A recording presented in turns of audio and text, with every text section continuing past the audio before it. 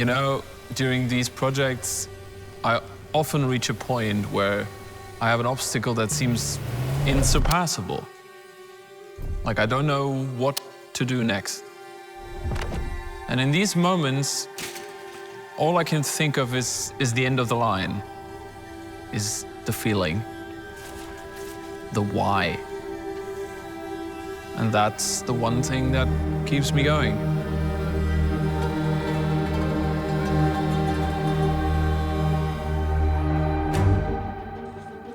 I didn't want a car. I didn't feel like a car would give me a great benefit because all I could see was things that I didn't want to obtain. They were just hassle for everyone around me. Right up until the point when I learned that old metal does something different to you than new metal does.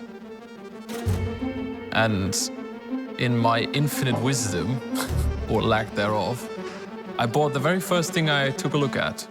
And the next morning I got into it and I thought I had solved all the problems that would ever occur in my life. I had also sunk nearly all my money into that thing. And once I tried to start it, it fired and immediately died again.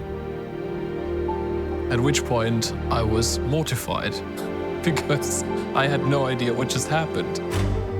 And that very distinct moment, which led to me buying my very first workshop manual, is the reason all of this happened.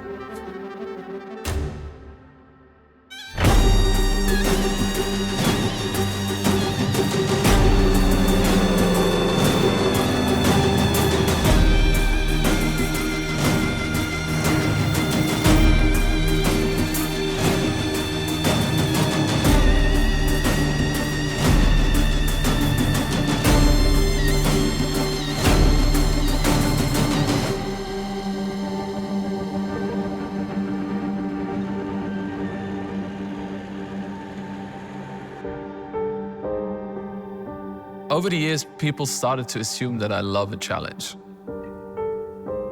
And that's simply not true.